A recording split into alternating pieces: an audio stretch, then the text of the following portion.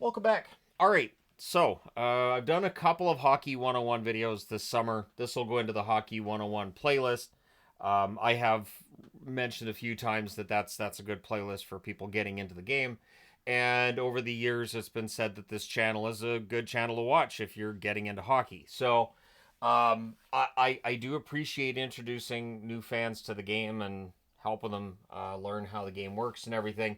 And I try to keep it relatively simple and surface level for the most part. I do get into advanced stats here and there, of course.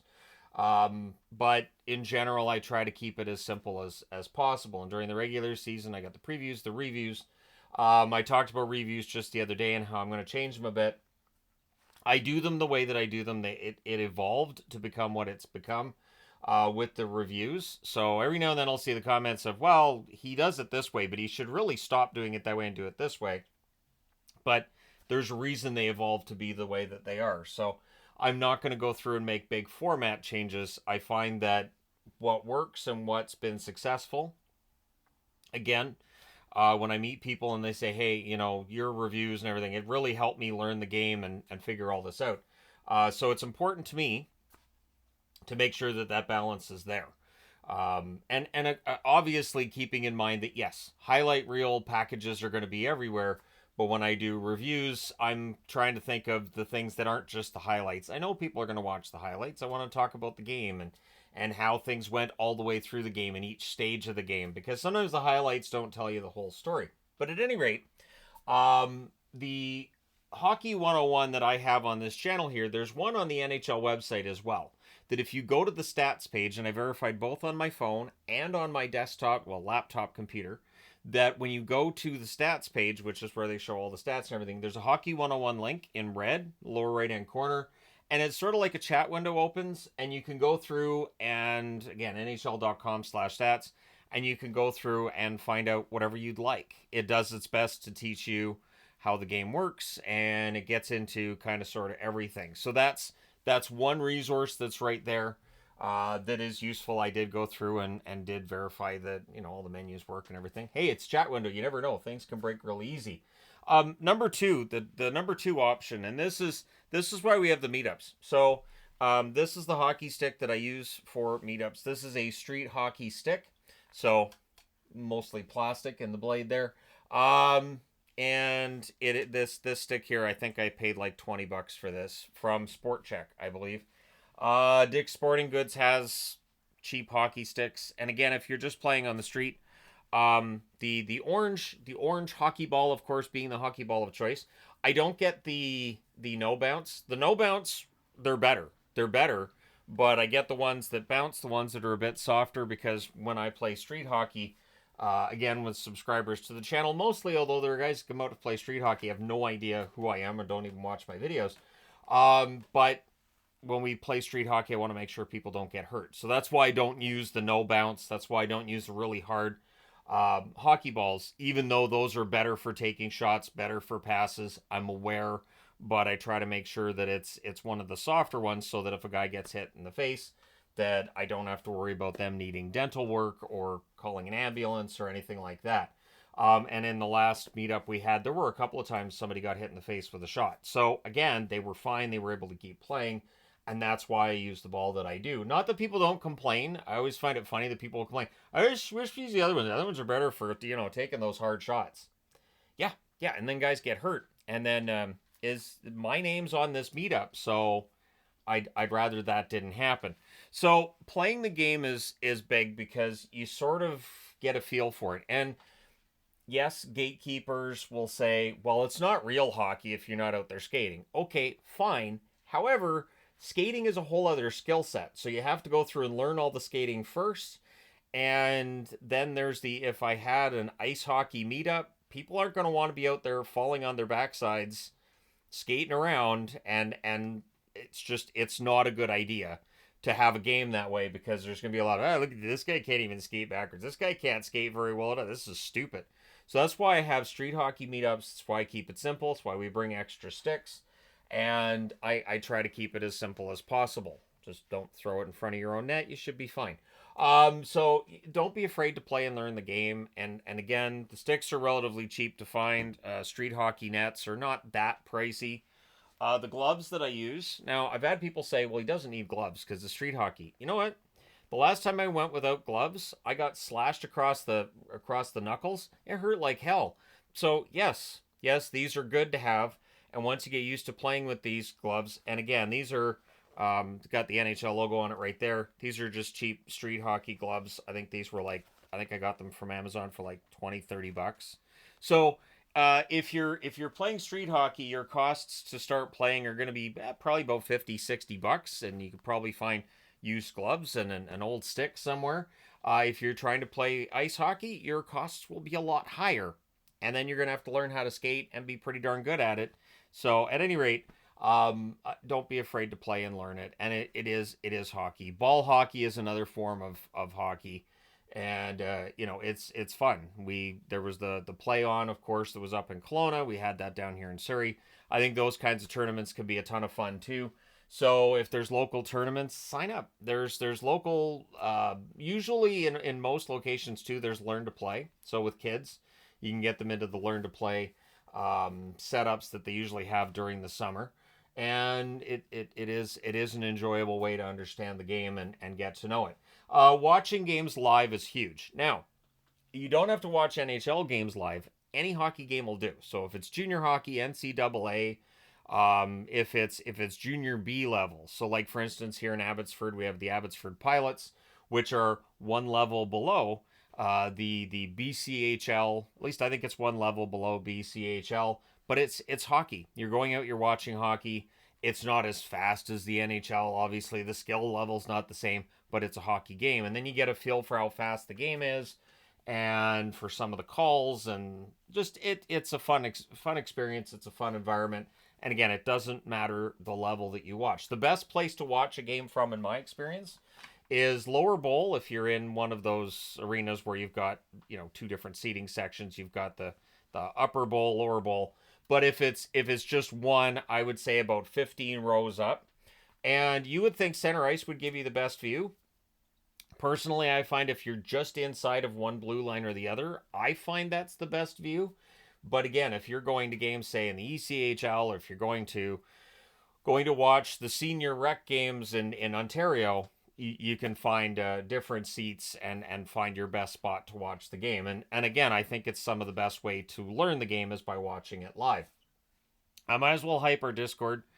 We don't have a Hockey 101 section on the main Discord. The Discord is available via there's the link in the description below the video, which should be good now. Last time I mentioned it, there was an issue with that. So if there's still an issue with the link in the description, I'll apologize, and we'll get that straightened up as quickly as possible. But the Discord, there's the daily pick'ems that are on there, and we have that on the channel as well. No money changes hands, but whoever wins the pick'em at the end of the year gets a little gift from the channel. Again, no money is given to the channel for that. That's something that gets thrown out there where I start doing the previews and people will say, these are my picks for these games. And then you'll see, gambling is everywhere. It's not. It's just they're saying, here's who, and whoever wins at the end of the year. Again, with no money changing hands, if you win, then there you go. You get a little gift. I think it was a THG sweatshirt we gave to the winner this year. Adidas jerseys are on sale almost everywhere right now. And we'll see Fanatics. It's going to be interesting to see when those come in. The price point's going to be a little bit higher, I think, than with Adidas. And of course, they're selling the Made in Canadas too. But if you're just getting into hockey and you're like, hey, should I get a jersey? This is the time. This is the time where you're probably going to get the cheapest deal. You're probably going to be able to get jerseys right now for $75. And again, I'm talking Canadian money here, about $75. I've got some for $50. Just this week, for instance, I picked up a couple for our eldest because he plays hockey here and there, and he likes to wear jerseys. So I was like, all right, well, these are on dirt cheap. So I got him like a Flames. I got him a Kings as well because they're so cheap right now, and I know they're never going to be that cheap again. So taking advantage of those sales is good. And again, even if you want to go, I feel like a poser because I'm wearing this jersey and I just started watching this sport. Don't worry about it. There's a lot of posers, a lot of them. And again, Fanatics is taking over, so those Adidas jerseys have been clearing out a lot. If you're looking for an Arizona jersey, my guess is you're probably out of luck. Arizona jerseys, I was even thinking about that when the summer started, like maybe I should get an extra Kachina. Nah, they were all selling out right away, and that was before the sale prices were even out there. So yeah, Kachinas are tough to find unless you're at a thrift store in Arizona, I guess. So there's that. Watching documentaries on hockey, there aren't nearly as many documentaries on hockey as I'd like to see. A non-documentary is the series Shoresy, which I think is pretty realistic in its depiction of hockey players, since a lot of the guys on the show are hockey players, have been hockey players. So if it wasn't accurate, I think they'd be saying something to the scriptwriters. But documentaries on hockey, one that comes to mind right away is the Russian Five. Absolutely fascinating documentary on the Russian Five with the Detroit Red Wings and all that fun stuff. There are documentaries on Amazon. There was one done on the Leafs a few years back when they lost that 3-1 series lead over Montreal. And it's fascinating. It's fascinating to watch. They're getting more and more of these documentaries rolling. I think the NHL is understanding that other leagues have been using this to their benefit. The NFL comes to mind as one that already makes like $11 billion a year, and now all these documentaries for the NFL coming out too. They had the quarterback one. They've got the receiver one now. Really, the NHL should have one on goalies. Do one on prime defensemen in the NHL. Do one on the playmakers. They could do one on grinders who are fourth liners and that kind of thing. Like they could do honestly almost endless documentaries looking at the game from different points of view. And I think that'd be great. I think that's a great way to learn the game as well. Now, as I mentioned, there's a daily pick'em on the channel. I'm going to mention this here. We do have two different leagues, and this is through Patreon, so it is a paid thing. But again, there's no extra to be paid for any of this. So at the $15 level, I'm gonna read this. I'm gonna do my best here. Swear if I had reading glasses, right? This season offering two ways to get fantasy fix. Dr. Three Putt and Lars, who longtime subscribers would know who they are. They're moderators on the channel. And they're running leagues for patrons. So at the $15 level, it's a keeper league. So you get the full GM experience. You build your own team and compete with 3 rosters: active, minor, and prospect. Weekly moves are made: trades, free agent pickups, waiver claims. It's a salary cap league that puts you in charge of assigning your team's lines each week as you play a full schedule of head-to-head matchups. The playoffs are in March. Last season's league had 2 openings. The deadline for sign up is September 24th this year.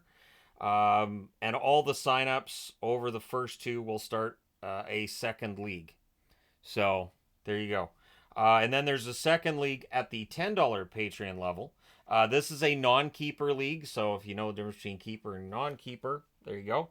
And each team drafts 15 players and starts 12 each week. No salary cap there. Weekly moves are made: free agent pickups and waiver claims.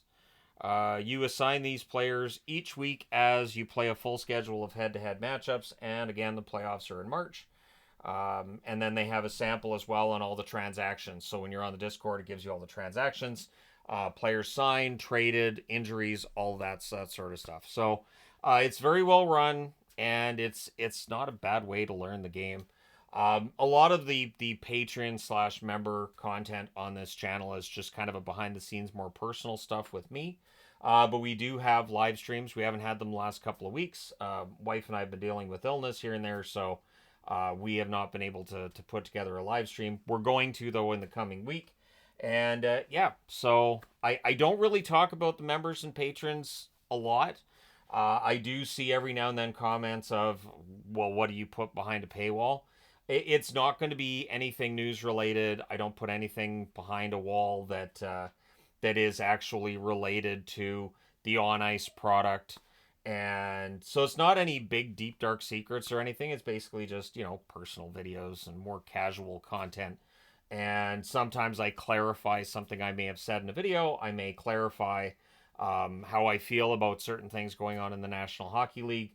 But I don't really push the member patron thing all that much, because I know that when I'm watching YouTube videos that there are moments where I can kind of tune out, and that's one where I sometimes do. So yeah, there you go. But thank you guys so much for all your support. It does mean a lot.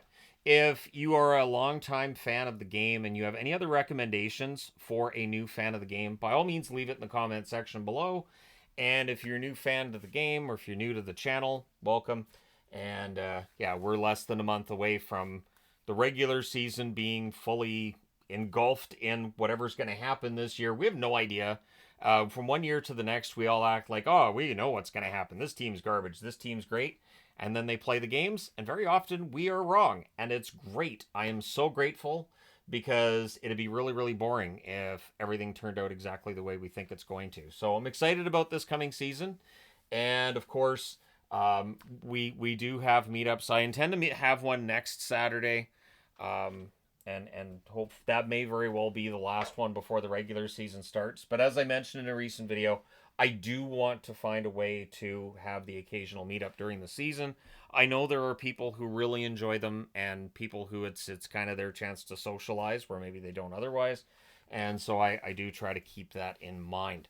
So thank you guys so much for all your support as always. And again, any other suggestions you guys can throw in the comment section below. Hit like and subscribe in the event you've not done so already. But yeah, I think this season's going to be a lot of fun. There are some prime rookies coming in, and there are some great storylines around basically every team in the league. So thank you guys so much for all your support. I will talk to you again soon.